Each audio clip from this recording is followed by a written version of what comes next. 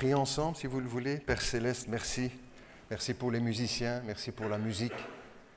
Merci pour les instruments, merci pour nos voix, nos cœurs qui chantent ta gloire.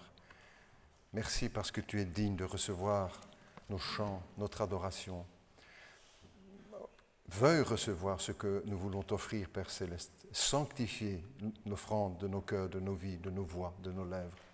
Nous prions pour que tu bénisses aussi pour nous ta parole, parce que nous croyons, comme Jésus l'enseigne, que ta parole est la vérité.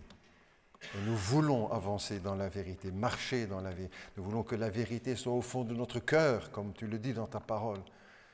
Bénis cette parole pour chacun de nous, qu'elle nous encourage, qu'elle rafraîchisse notre vie, qu'elle nous aide à marcher sur le droit chemin, qu'elle corrige notre vie quand il le faut, pour notre bien, toujours.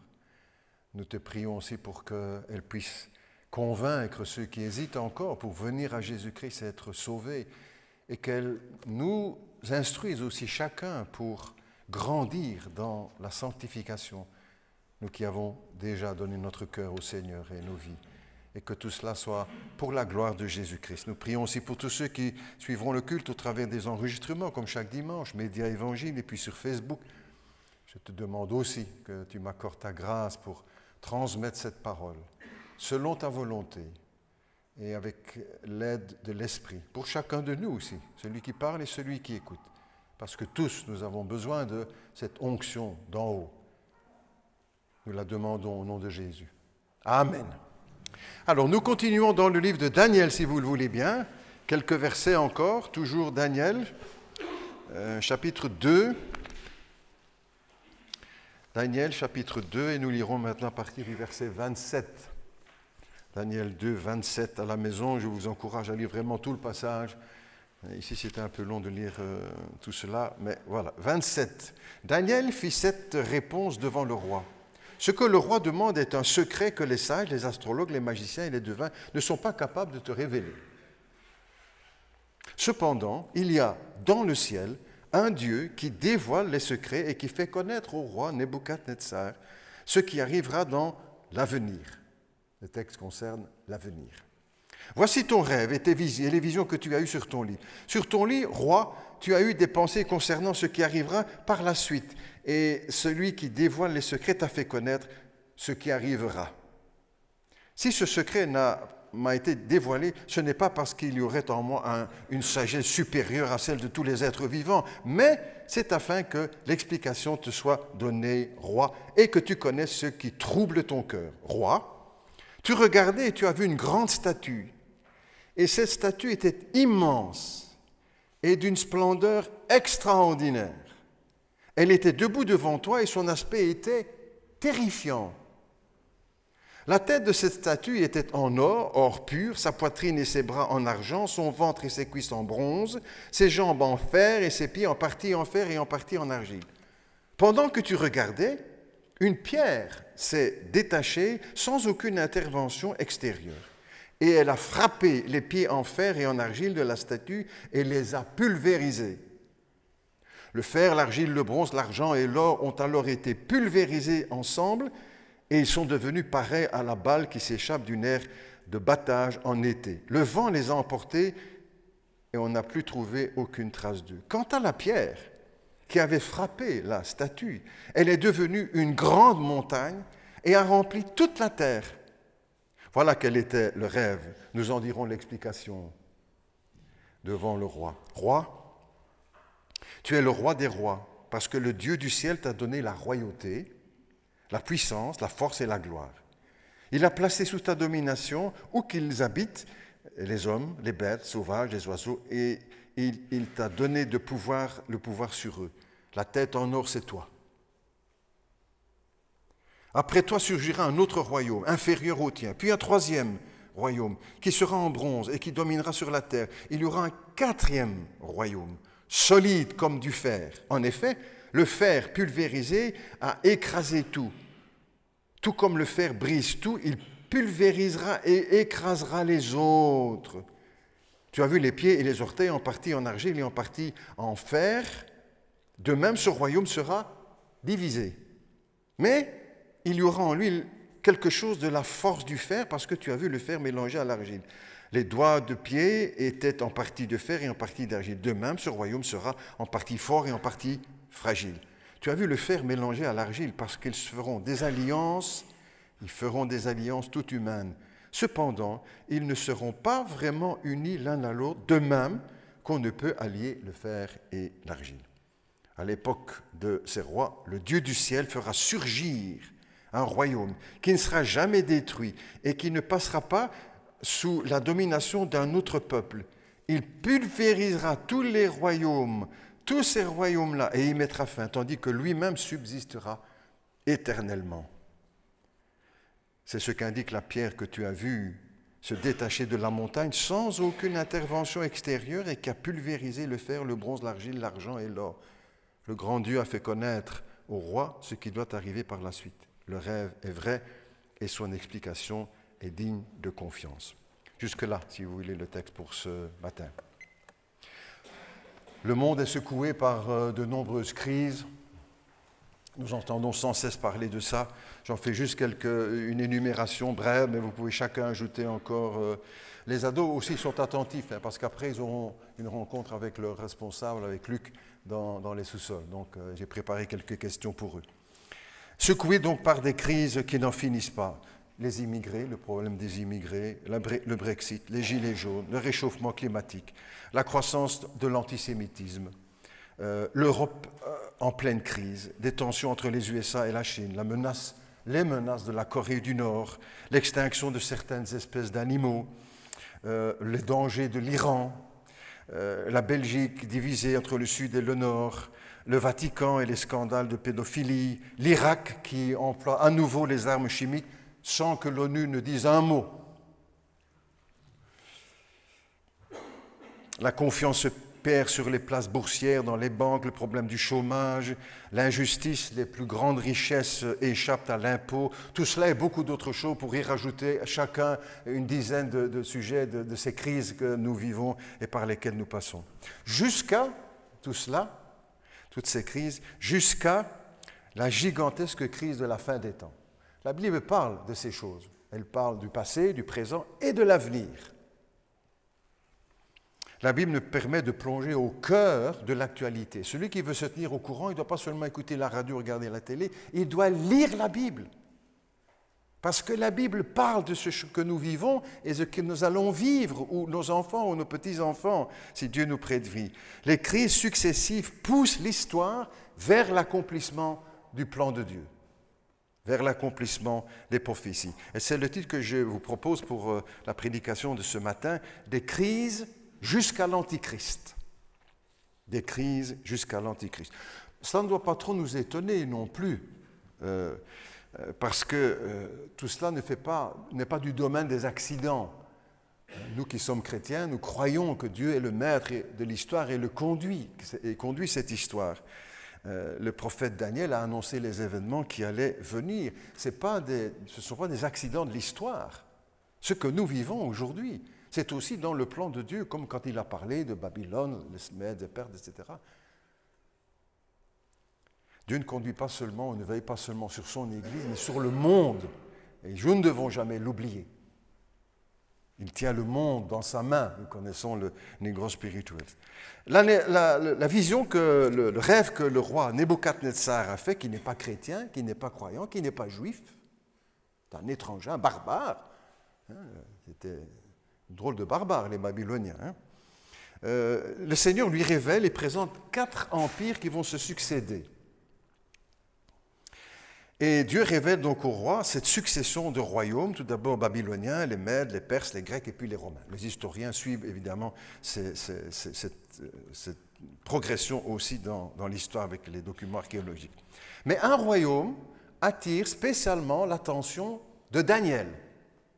C'est le dernier, le 4e empire.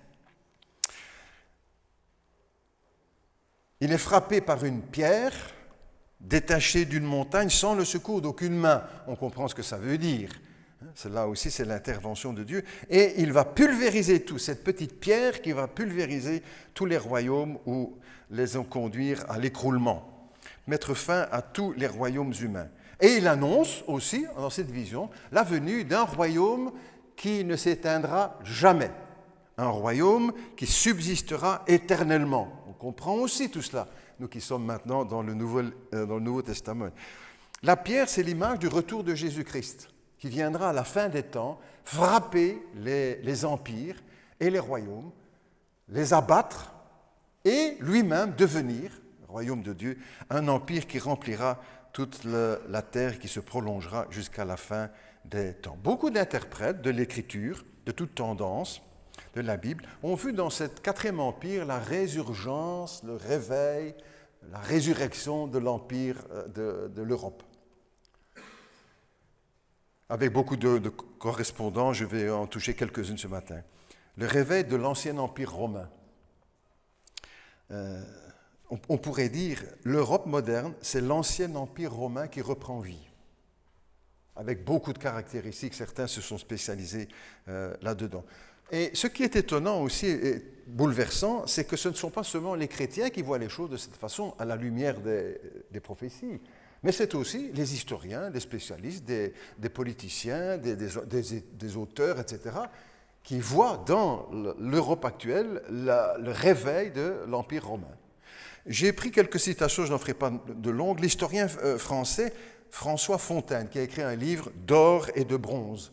Ça rejoint un petit peu l'argile et le fer, mais bref, d'or et de bronze. Et dans une interview qu'il donnait à Paris Match, il dit ceci, il a comparé l'ancien empire romain à l'Europe actuelle. Ce n'est pas un chrétien, hein? Ce n'est pas un pasteur, ce n'est pas un évangéliste. Et il dit ceci, écoute bien, le monde moderne a déjà existé il y a 18 siècles, il s'appelait l'Empire romain. C'était la préfiguration de l'Europe actuelle avec son marché commun et son rayonnement universel. Mais ça, c'est ce qu'on enseigne dans les facultés de théologie et les instituts bibliques depuis plus de 100 ans, à la lumière des textes bibliques, même quand les événements n'étaient pas encore mis en place. C'est la prophétie de Daniel. Une autre citation, et puis dans le magazine Elf Magazine sur les produits pétroliers. C'est Yves Thibault de Silgui, qui est commissaire européen chargé des affaires économiques, monétaires et financières, donc pas n'importe qui, hein. Pas chrétien non plus, hein. On n'est pas dans le monde de l'Évangile, hein. Et qui dit ceci, le 1er janvier, à l'époque, hein, le 1er janvier 1999, l'Europe aura sa monnaie, l'euro, une première depuis la chute de l'Empire romain. Moi, quand je lis ces choses-là, je me dis, mais comme c'est étrange, mais c'est des choses qu'on connaît dans l'Écriture depuis bien longtemps. Et eux qui ne sont pas du milieu de la Bible, et qui reconnaissent ces choses. Ça veut dire que la prophétie devient histoire. Les pages de l'Écriture vivent aujourd'hui et se mettent en place devant nos yeux. Et celui qui veut, ou les journalistes qui veulent avoir des scoops pour pouvoir être les premiers à découvrir ou annoncer ceci ou cela, ils devraient lire la Bible. Pas besoin de courir le monde pour interroger les grands, ça. Ils savent pas plus que nous, que tous les autres, sauf si nous lisons la Bible et que nous prenons attention à ce qu'elle dit. Une dernière citation que je fais encore de François Mitterrand quand il était encore. J'ai vu aussi cette émission, là, entre autres, sur un plateau de télé. J'aimais bien de le rencontrer. Il parlait à la fin de son mandat, je vais dire, quelque temps avant de mourir, il a beaucoup parlé de Dieu et beaucoup parlé de la foi pour un socialiste. Et des choses intéressantes, pas de la critique ou du mépris. Hein. Mais il a dit ceci entre autres au sujet. Depuis 50 ans, en Europe, nous vivons en paix et en sécurité. Et ça résonne à nos oreilles avec les textes de la Bible quand Jésus a dit, quand l'apôtre Paul a dit, quand les hommes diront paix et sécurité, une ruine soudaine les surprendra. Il a dit exactement les mêmes mots que ceux de la Bible. Quand les hommes diront paix et sécurité, et lui il dit, depuis 50 ans en Europe, nous vivons en paix et en sécurité. On tombe à la renverse, n'est-ce pas? C'est comme si on lisait les prophéties de Daniel ou de la Bible ou du Nouveau Testament avec l'apôtre Paul. Un peu plus loin, voilà, je termine avec ça. George Bush, à l'époque, Il est décédé il y a quelque temps. George Bush Senior parlait, quand c'était l'invention du Koweït, la première fois qu'on a employé cette expression, le nouvel ordre mondial. Le nouvel ordre mondial. Mais les chrétiens connaissent ça depuis des dizaines d'années, avec les textes bibliques. Va se mettre en place dans le monde un nouvel ordre mondial. Les crises et les problèmes que nous connaissons en Europe ont en quelque sorte été annoncés il y a déjà 2700 ans par les prophètes, inspirés par Dieu. Et vous avez vu Daniel avec quelle humilité il dit « Je vais t'expliquer tout ça, roi. Hein. Ce n'est pas parce que je suis plus malin que les autres, c'est parce que dans le ciel, il y a un Dieu qui connaît toutes choses. » La vision de la statue, les pieds, l'orteil, la statue, argile et fer, deux matières qui ne se mélangent pas, de même que ces royaumes seront divisés en parties fortes, en parties faibles, c'est le texte biblique. Ils feront des alliances toutes humaines. C'est un projet humain, ce quatrième empire. Ils feront des alliances toutes humaines, cependant pas vraiment unies l'un à l'autre, de même qu'on ne peut allier le fer avec l'argile. Pas besoin d'être un génie de la politique pour reconnaître l'Europe qui connaît, entre autres, ces divisions. 3-4 fois par an, vous entendez d'ailleurs aux informations que l'Europe est au bord du gouffre.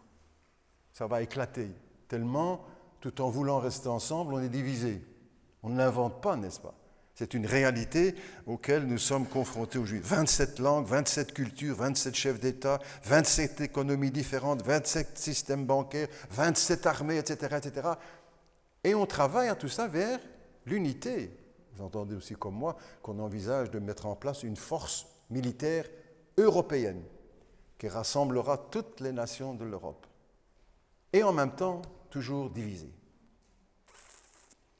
Bref, la Bible nous dit que comme l'argile et le fer ne se mélangent pas, ces alliances seront toutes humaines et il n'y aura jamais vraiment d'unité.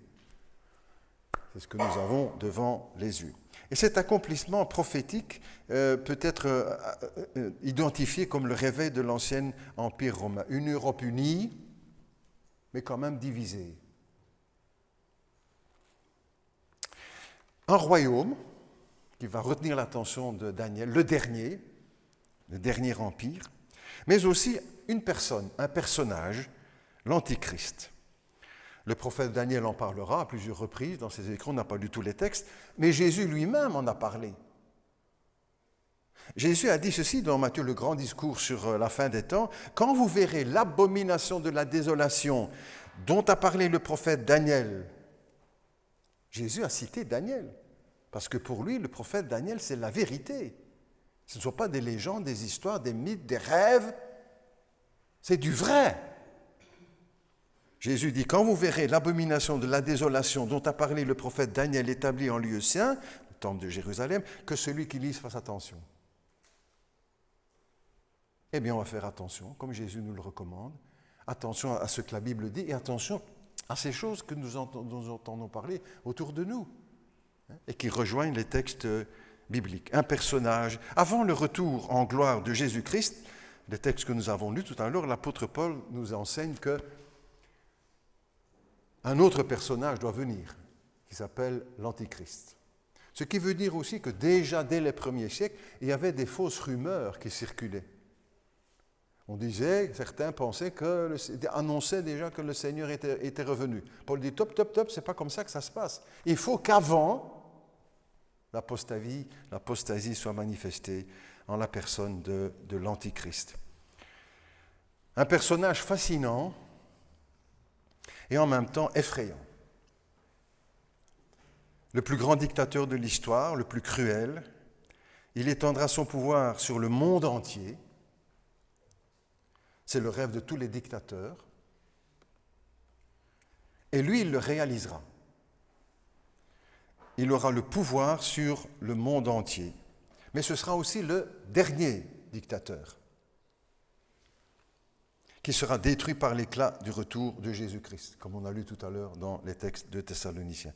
Et les noms qui sont donnés dans la Bible à ce personnage nous donnent froid dans le dos.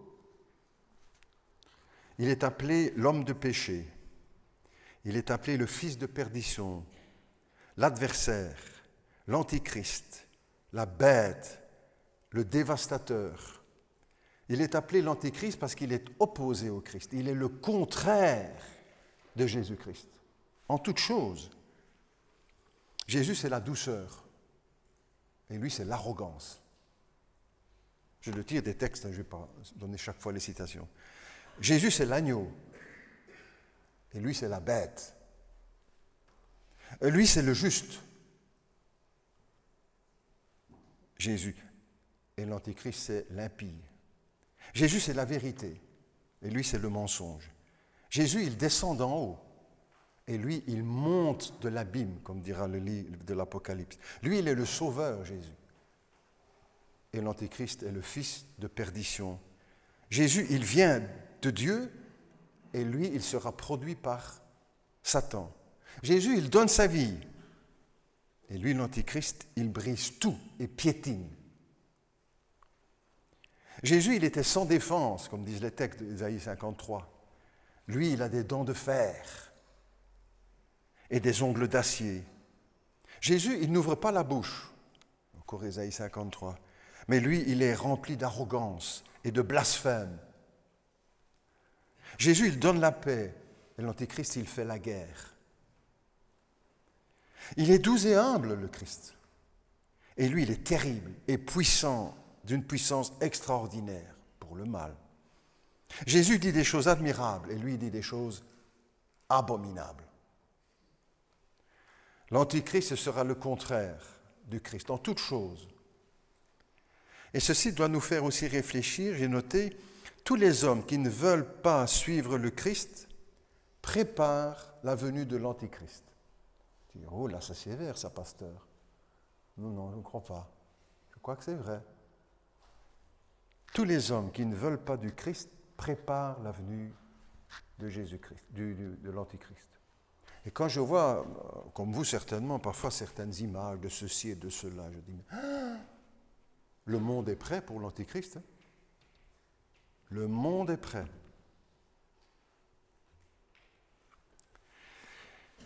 Un jour viendra où le grand choix de l'humanité se résumera en cette formule, Christ ou l'Antichrist. Un jour, ce choix va se focaliser, se cristalliser sur le Christ ou l'Antichrist. Et pas seulement pour quelques-uns. Alors pourquoi, pasteur, de crise jusqu'à l'Antichrist? Parce que l'Antichrist, lui, se présentera comme l'homme de la situation, l'homme providentiel, qui va régler tous les problèmes. Et au milieu de la crise, il va proposer, il va promettre des solutions illusoires, de séduction, de tromperie, de mensonges, mais il sera suivi. On évoque souvent dans les médias, et moi je regarde assez souvent ces émissions qui retracent cette période de l'histoire en Europe, les années 33, 40, 45, etc. Ma femme se fâche parfois sur moi. « Tu es encore en train de regarder ça ?» Enfin, elle se fâche gentiment. Hein. Mais parce qu'il y a dans tout cela comme une préfiguration de ce qui va se passer à la fin des temps. D'ailleurs, certains pensaient que Hitler pouvait être l'Antichrist avec ce qu'il a fait. Mais l'Antichrist, il viendra tout à la fin de l'histoire. Il fallait qu'avant Israël soit rentré dans son pays. Hitler, ce n'était pas le cas. En Allemagne, Hitler a utilisé les circonstances de crise du pays, des crises européennes même, le chômage, l'effondrement des places boursières, la pauvreté, etc. Et il a promis de relancer le pays. Il n'a pas fait de coup d'État, hein. Je ne suis pas en train de faire l'éloge, hein, mais il n'a pas fait de coup d'État, il a été élu. L'Antichrist ne viendra pas par la force, par des coups d'État. Il viendra d'une manière démocratique. C'est ce qui est encore davantage affolant. Et pourtant, les choses se passeront. Comme quand on voit ces images, je dis, ces foules qui acclamaient...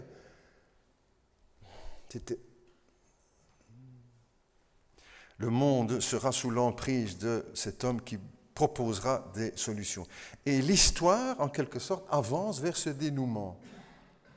avec d'autres éléments qui sont donnés dans l'Apocalypse, bien sûr, avec au final le retour de Jésus-Christ. On pourrait dire, bon, ce n'est pas très encourageant là, ce que vous évoquez là. Mais si, parce que ce sont des choses qui sont devant nous et qui aboutiront à la gloire de Jésus-Christ, au retour de Jésus-Christ. Les crises dans le monde que nous connaissons, et celles qui précèdent et celles qui viendront, vont accélérer en quelque sorte la venue de ce pseudo-sauveur. Vous entendez parfois aussi, et le ministre Paul-Henri Spaak à l'époque avait déjà dit, dans la situation où nous sommes, nous n'avons pas besoin, je cite de mémoire comme ça, pas besoin de nouvelles institutions, pas besoin de nouvelles lois, pas besoin de ci, pas besoin de là, nous avons besoin d'un homme. Et qu'il soit Dieu ou qu'il soit diable, nous le suivrons. Si quelqu'un veut chercher la citation exacte, il peut regarder sur Internet. Et qu'il soit Dieu ou qu'il soit diable, nous le suivrons. C'est ça dont nous avons besoin. Un homme. La Bible en parle et annonce que toutes ces choses vont un jour venir et se réaliser parce que l'histoire avance. Alors, quels seront les buts de ce personnage terrible dont la Bible parle avec beaucoup de détails d'ailleurs, hein? Quel sera son but? Son but, c'est l'adoration. Être adoré par le monde. Je dis, ce n'est pas autre chose, d'être riche, d'être... Non, d'être adoré, l'adoration. Ce qui peut paraître aussi mystérieux ou étrange pour certains, peut-être pour moi aussi, quand je lis après, je dis, mais qu'est-ce qu'il cherche l'adoration? Il le dit, et les textes le disent. Alors, ils vont employer différents moyens, bien sûr, pour arriver à cela. Tout d'abord, la politique, le moyen de la politique. Ce sera son objectif, le pouvoir sur tous les peuples, sur toutes les nations, par le moyen d'alliances humaines. C'est de l'humanisme qui rejette Dieu, qui veut construire un monde sans Dieu. Et pour cela, on va s'arranger, on va faire des alliances entre nous. Des alliances toutes humaines, dit la Bible. On comprend tout ce que ça veut dire, n'est-ce pas? C'est de l'ambition, c'est de l'orgueil pour se dresser contre Dieu. Il vise la domination mondiale. Hein, la Bible nous dit dans l'Apocalypse, là, toute la terre était dans l'admiration derrière la bête. Antichrist, c'est un de ces noms qui lui est donné. Il séduira à l'image de son maître, hein, qui est venu pour séduire. Ce ne sera pas un monstre de répulsion. Ce ne sera pas un monstre d'horreur. Au contraire, il viendra pour séduire. Et quand Jésus, dans ses grands discours sur la fin des temps, parle de la fin des temps, 3 fois en commençant son discours, il parle de la séduction. Prenez garde que personne ne vous séduise. 3 fois. Parce que ce sont des temps de séduction, de tromperie, pour séduire et tromper le monde. L'Antichrist sera séduisant à tout point de vue. À l'image de son maître, qui est appelé aussi ange de lumière parfois. Et dans le premier temps, il utilise la séduction et puis la violence et la force. Ce qui est paradoxal aussi, je partage cela avec vous, c'est que l'Europe est en train d'essayer de construire, depuis la guerre 40-45, on n'a plus voulu que les nations se dressent les unes contre les autres, donc on a mis en place l'Europe. Je résume courtement. Il est étrange que l'Europe se construit pour éviter que les nations se déchirent à nouveau, et en même temps, en agissant ainsi, elle ne sait pas qu'elle se prépare à quelque chose de pire. Parce que les pensées de Dieu et les pensées des hommes, ce n'est pas la même chose. Et ce projet, c'est la pensée des hommes, des alliances toutes humaines. Et Dieu est mis en dehors, bien sûr. Regardez toute cette influence anti-chrétienne qui est en train de s'installer dans toute l'Europe et dans nos pays. À cause de la méchanceté du cœur humain et de son rejet du projet de Dieu, tout ça va tourner à la catastrophe. Les hommes veulent construire sans Dieu et sans Jésus-Christ un monde de paix. Tous les hommes se donnent la main, on connaît ça. Et en rejetant Dieu et la paix de Dieu, il prépare sans le savoir la plus grande catastrophe que le monde ait connue, suivie du retour de Jésus-Christ. Un deuxième moyen, son but c'est l'adoration, se faire adorer. Moyen premier politique, deuxième moyen, l'argent. Il est question dans les textes sur le plan économique que le commerce et les finances, les banques seront soumises aux décisions de l'Antichrist. C'est son objectif de contrôler l'économie à l'échelle de la planète. C'est le rêve de beaucoup d'hommes d'affaires, comme on dit aujourd'hui, de pouvoir contrôler l'économie du monde. Ce sera son projet. Et pour asseoir son pouvoir, il aura besoin d'argent. Et donc de passer par l'économie, les banques, la richesse. La Bible annonce qu'il viendra un temps où le contrôle de l'économie, du commerce mondial sera entre les mains d'un seul homme. Avec des subalternes, bien sûr, mais la clé, la voûte, c'est un seul homme, l'Antichrist. La Bible dit personne, dans l'Apocalypse 13, personne ne pouvait acheter ni vendre sans avoir la marque de la bête. Le contrôle de l'économie, du commerce, de l'argent. Tous les pouvoirs de commerce entre les mains d'un seul homme. Troisième moyen, les religions, la religion. Pour arriver à se faire adorer. L'Antichrist ne sera pas un athée. L'Antichrist ne sera pas un athée. La Bible dit jamais ça. Au contraire, il va vouloir mettre en place sur la terre une religion mondiale pour toutes les nations. Les religions ou la religion aura sa place sur notre terre à la fin des temps. En fait, ce sera le but ultime de l'Antichrist, c'est un caractère religieux, se faire adorer. La politique et l'économie seront en fait que des outils et des instruments pour arriver à ce but, de se faire adorer. C'est l'objectif suprême qu'il vise. Encore dans la Bible, dans l'Apocalypse, toute la terre était dans l'admiration devant la bête et ils adorèrent. Et ils adorèrent la bête en disant « Mais qui est semblable à la bête ?» Dans la Bible, les psaumes nous disent « Mais qui est semblable à Dieu? Qui est semblable à toi ?» Et si c'est pour lui, pour la bête, et tous les habitants de la terre l'adoreront, ceux dont le nom n'a pas été inscrit dès avant la fondation du monde dans le livre de vie de l'agneau qui a été immolé. Et l'apôtre Paul lui évoquera aussi la venue de ce personnage dans les textes qu'on a lus tout à l'heure de Thessaloniciens. Il ira jusqu'à s'élever au-dessus de tout ce qu'on appelle Dieu et qu'on adore, jusqu'à s'asseoir dans le temple de Dieu, se proclamant lui-même Dieu, pour être adoré comme Dieu. Vous vous souvenez du récit de la tentation dans l'évangile selon Matthieu où Satan vient tenter le diable? Vous vous souvenez de la dernière tentation? Prosterne-toi et adore-moi.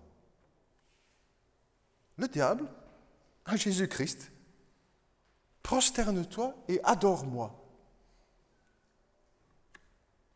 L'adoration est au cœur aussi de notre société, cachée par différents voiles, mais réelle derrière tout cela. L'adoration et le Saint-Esprit, avec beaucoup de force, soulignent l'aspect religieux du personnage de l'Antéchrist. Nous ne devons pas trop non plus nous en étonner, n'est-ce pas, pour nous souvenir que le premier meurtrier de l'histoire, premier meurtre de l'histoire, c'était un homme religieux. C'était Caïn. Et pourquoi il s'est fâché? Parce qu'en venant adorer Dieu, son offrande n'a pas été accueillie. On dirait aujourd'hui, il était venu au temple, ou il était venu à la synagogue, ou à la mosquée pour adorer, et son adoration n'a pas été reçue par Dieu. Le premier crime, le premier meurtre, c'est un meurtre à caractère religieux. On parle de religion ici, on ne parle pas de la foi, on parle de religion. Et on en a d'autres exemples dans l'histoire. Il prie, on pourrait dire cela de Caïn. Il prie, il croit, il apporte son offrande, il est religieux, mais il tue. Tout cela nous dit que nous approchons, n'est-ce pas, du grand rendez-vous, sans vouloir faire peur à personne. Ce n'est pas pour faire peur à personne, au contraire, du grand rendez-vous. Avec tous ces événements que nous vivons, il nous est montré que nous sommes plus près que jamais du retour de notre Seigneur Jésus-Christ. Oh, on ne dit pas des dates, est-ce que vous avez un calendrier, on peut se préparer pour... Non, la Bible dit qu'on ne sait pas. Mais la Bible nous donne des signes et des événements qui ne se sont jamais passés. Le problème, c'est qu'on dit, oui, mais ça a toujours été comme ça. Non. Depuis moins d'une centaine d'années, il y a des événements qui ne se sont jamais produits dans toute l'histoire de l'humanité et qui accomplissent les prophéties. Maintenant, on dira à l'apôtre Paul, déjà en son temps, maintenant le salut ou la délivrance totale est plus près de nous que lorsque nous avons cru. Ah ben pour nous aussi, encore plus près. Encore plus près. Alors pourquoi évoquer tout cela aujourd'hui? Parce que pour chacun de nous, cela fait partie aussi de la vie chrétienne. Du plan de Dieu pour aujourd'hui et pour demain. Avec des choses qui sont annoncées dans Daniel, là, il y a plus de 500 ans, 2500 ans avant le Christ. Aujourd'hui, c'est comme l'horloge, le chronomètre, on pourrait dire. Le chronomètre des plans de Dieu, des prophéties qui s'accomplissent. Parce que c'est à la seconde qu'on compte les événements qui s'accomplissent. Cela donne l'heure de Dieu, quelle est l'heure à la montre de Dieu, si on peut parler comme ça. Et en quel temps nous sommes? La parole, l'apôtre dira ça. Vous savez en quel temps nous vivons? Eh bien, il ne faut pas être ignorant et dire, mais on ne s'est pas rendu compte que c'était aussi grave. Eh bien, oui. Pour tout ça, pourquoi aussi pour nous? Pourquoi, pasteur, vous avez aussi? Pour fortifier notre foi. Pour que notre foi soit fortifiée en Dieu, en sa puissance, en sa souveraineté sur les nations. Pour nous rappeler aussi que la Bible dit la vérité et qu'on peut avoir confiance aux Écritures. C'est pour cela aussi que Dieu nous a donné les Écritures et les prophéties. Dans le prophète Ésaïe, le Seigneur le rappelle. C'est moi qui annonce l'avenir, dit le Seigneur, et personne d'autre. Tu peux lire les beaux textes dans Ésaïe 43, 45, 46, 47. Et pour nous montrer aussi que le Seigneur nous appelle, pourquoi? C'est pour qu'il nous appelle à la vigilance. N'avançons pas dans la vie comme des fous, sans blesser personne, n'est-ce pas? Mais au contraire, en sachant en quel temps nous vivons, et les yeux ouverts, les oreilles ouvertes. Parce que c'est cela que le Seigneur veut pour nous. Et puis aussi, ces événements, pourquoi? Parce que le Seigneur nous appelle à venir à lui. C'est aussi ce que vous lisez dans le prophète Ésaïe, quand Dieu dit pourquoi il annonce l'avenir. Venez à moi, dit-il, et soyez sauvés. La preuve que je peux vous sauver, c'est moi qui suis le maître de l'histoire. Peut-être la majorité d'entre nous sont déjà à l'Évangile, je l'espère, à Jésus-Christ, dans la foi personnelle. Peut-être quelqu'un pas encore. Ou qui attend, qui dit je vais voir, je réfléchis. C'est très bien, mais il ne faut pas réfléchir jusque dans le cercueil. Là, c'est trop tard. Et pas seulement tout le temps réfléchir, à un moment, il faut décider. J'ai mentionné tout à l'heure François Mitterrand, l'ancien président français. Je me souviens dans un des derniers interviews qu'il avait écrit, il était à la fin de sa vie, il avait le cancer, il le savait, il dit, au sujet de la foi, je n'ai pas encore tranché. Si oui ou non, je crois. Il ne faut pas traîner, vous savez. Quand Jésus a parlé de la fin des temps, je termine avec cela, quand Jésus a parlé de la fin des temps et des signes de la fin des temps, il a dit, quand vous verrez ces choses arriver. Donc il y a des choses qui vont arriver, qui arrivent. Jésus l'a dit. Quand vous verrez ces choses arriver, levez vos têtes, car votre délivrance est proche. Amen. On prie ensemble si vous le voulez. Notre Dieu, notre Père, à nouveau, Encore et encore, nous voulons te remercier pour ta parole. Elle est tellement précieuse pour nos vies, pour notre âme, pour notre foi, pour nos maisons, nos foyers, notre présent, notre avenir. Merci Seigneur pour ta parole, pour toute la richesse qui est contenue dans les Écritures, dans tous les domaines. Dans tous les domaines, c'est la parole de Dieu. Et pas Dieu qui s'occupe seulement de la prière, du jeûne, qui s'occupe de tous les sujets qui concernent notre vie et l'histoire de l'humanité. Merci pour ces textes que nous avons lus, Seigneur. Tellement vieux, le prophète Daniel, 500 ans, 600 ans avant Jésus-Christ. Et pourtant qui sont encore aujourd'hui de pleine actualité. Plus modernes que ce que nous lirons dans le journal demain.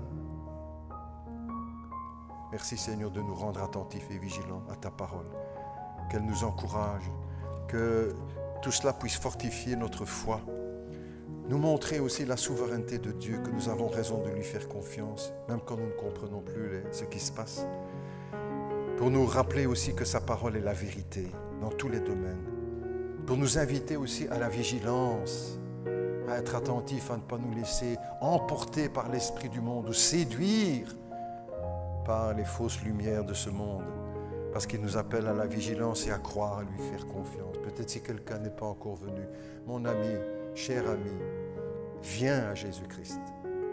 Pas seulement à l'église, c'est déjà bien de venir à l'église, mais à Jésus-Christ. Pour lui donner ta vie et le recevoir comme ton sauveur. Fais-le aujourd'hui. Fais-le aujourd'hui.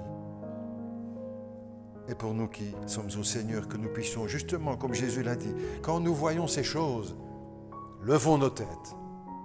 Levons nos têtes, parce que notre délivrance est proche. C'est au nom de Jésus, Père Céleste, que nous te prions et que nous t'adorons. Toi seul. Amen.